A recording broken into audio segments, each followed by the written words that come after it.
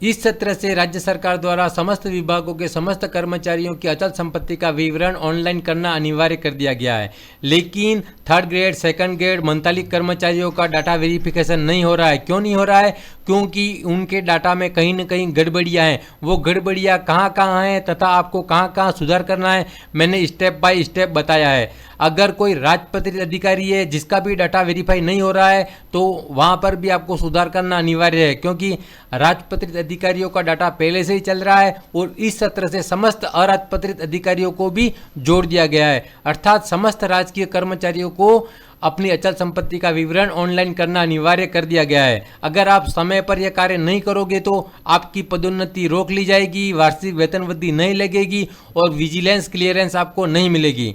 यह नियम सभी बोर्ड, निगम, स्वशासित संस्थाओं एवं राजकीय उपक्रमों पर लागू होगा। मैं स्टेप बाय स्टेप आपको समझा रहा हूँ, आप उसे देखिएगा और अपने डाटा में सुधार करिएगा तो आप आसानी से अपनी संपत्ति का विवरण ऑनलाइन कर दोगे। आप जैसे एसएसओ आईडी में लॉगिन करोगे, वहाँ पर गवर्नमेंट टू गवर्नमेंट ऐप के अंतर्गत जो राजकाज का सॉफ्टवेयर है उस पर आप क्लिक करोगे तो आपके ये मैसेज आ जाएगा, you are not the registered user of Rajkaj. अर्थात या तो आपने राजकाज पर रजिस्ट्रेशन किया ही नहीं है या फिर आपका जो डाटा है वह सही नहीं है या फिर कहीं ना कहीं कुछ गलतियां हैं जिनमें सुधार करने की ज़रूरत है। तो वो गलतियां कौन कौन सी हैं और आपको कहाँ कहाँ सुधार करने की ज़रूरत है वो मैं बता रहा हूँ, आप स्टेप बाय स्टेप देखिएगा। राजकाज पर वेरिफिकेशन करने के लिए या फिर आपके डेटा में संशोधन करने के लिए जिन 5 चीज़ों की ज़रूरत है वह है एम्प्लॉय आईडी, दूसरा है पर्सनल ईमेल, तीसरा है ऑफिशियल ईमेल, चौथा है मोबाइल नंबर और 5वां है reference number of Aadhaar volt का।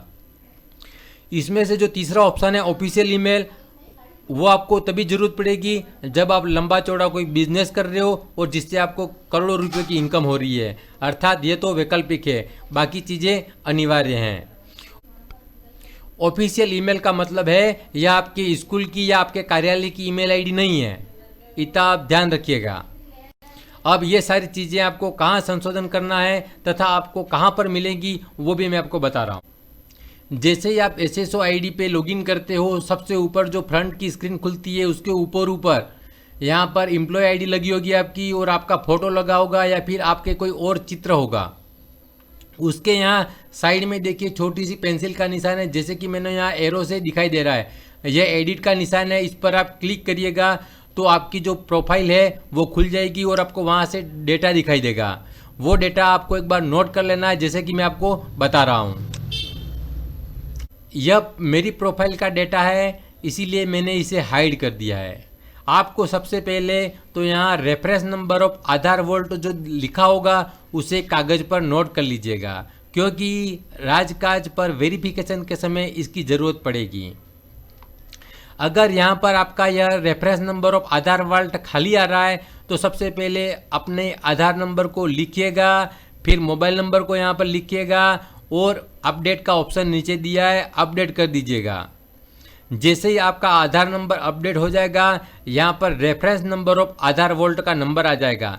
यह आधार वोल्ट का नंबर आपका आधार नंबर नहीं है, इतना आप ध्यान रखिएगा, क्योंकि आधार नंबर दूसरा है और आपने जो वेरिफिकेशन किया है उसके बाद यहाँ पर reference number of Aadhaar volt आया है।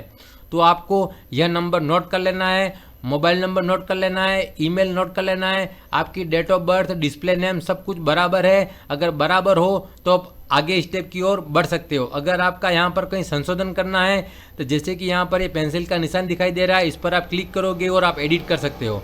यहाँ पर भी ईमेल भी अगर आप बदलना चाहते हो, जहाँ पर पेंसिल का निशान है आप इसे बदल सकते हो।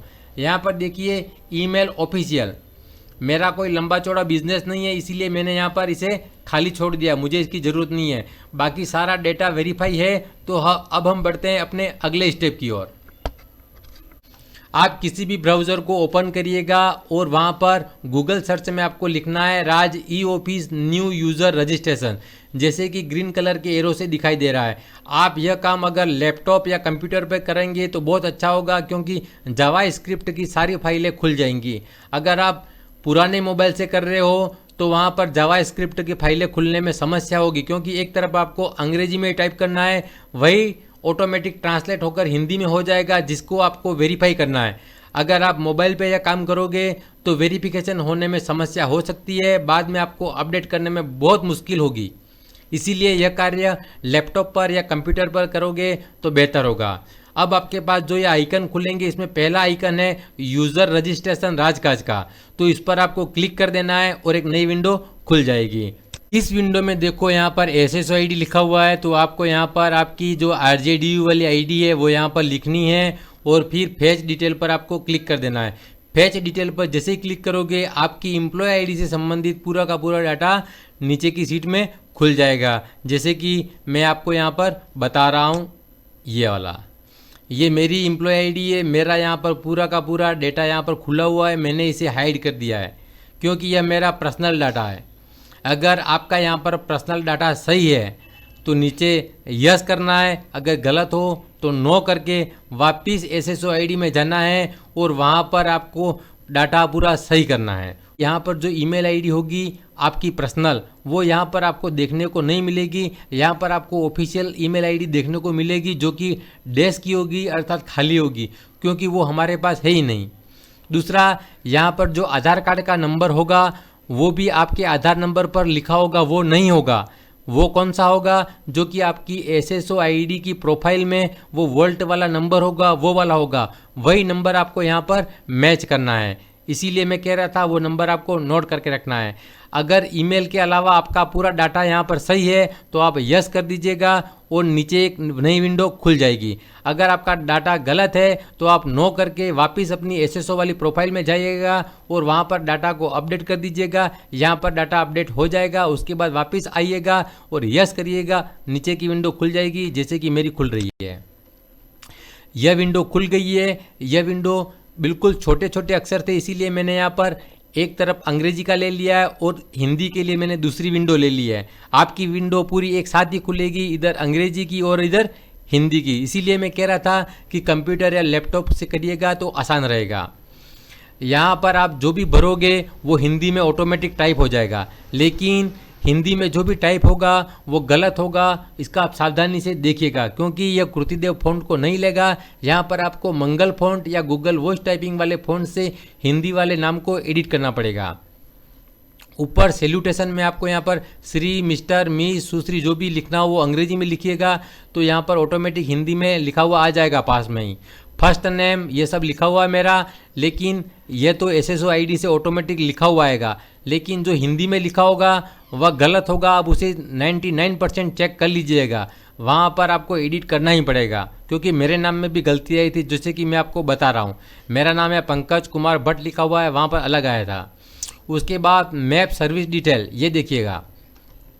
अपॉइंटिंग डिपार्टमेंट, यहाँ पर जैसे कि हमारा एजुकेशन विभाग है तो हमको टाइप 3 अक्षर करने हैं। जैसे कि EDU कर दिया तो हमारे एजुकेशन डिपार्टमेंट के ऑप्शन खुल जाएंगे, वहाँ आप एलिमेंट्री और सेकेंडरी को क्लिक करके ओके कर दीजिएगा। उसके बाद सर्विस टाइप में यहाँ पर बहुत सारी सर्विसें हैं, वो भी आपको मैं दिखा रहा हूँ कौन कौन सी सर्विसें खुलेंगी, एक बार इसे समझ लीजिएगा।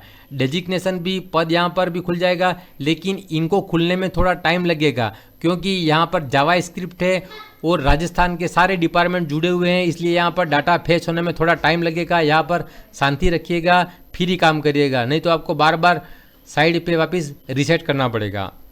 तो यहाँ पर थोड़ा टाइम लगेगा, उसके बाद ही आप करिएगा। फिर अगर पूरा डाटा आपने यहाँ पे सही कर लिया तो यहाँ पर नीचे देखिए I hereby confirm that the detail provide by me are correct. अगर सही है तो यहाँ पर टिक करिएगा और सेव कर दीजिएगा, तो आपका डाटा यहाँ पर वेरीफाई हो चुका है। सर्विस में देखिएगा यहाँ पर एक तो ऑल इंडियन सर्विस है, स्टेट सर्विस, सबऑर्डिनेट सर्विस। जैसे कि हम अगर 3rd ग्रेड 2nd ग्रेड के कर्मचारी हैं तो हमारा हो जाएगा सबऑर्डिनेट सर्विसेज में।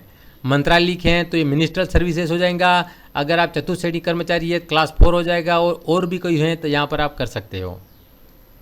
ग्रेड हमारे पास सिर्फ 3 ही दिखाई देंगी, teacher grade 2nd, teacher grade 1st या फिर सीनियर टीचर भी है, और ये 3rd ग्रेड का कहीं ऑप्शन नहीं है, तो इनके लिए यह टीचर वाला ऑप्शन ही खाली होगा और आप ओके कर दीजिएगा।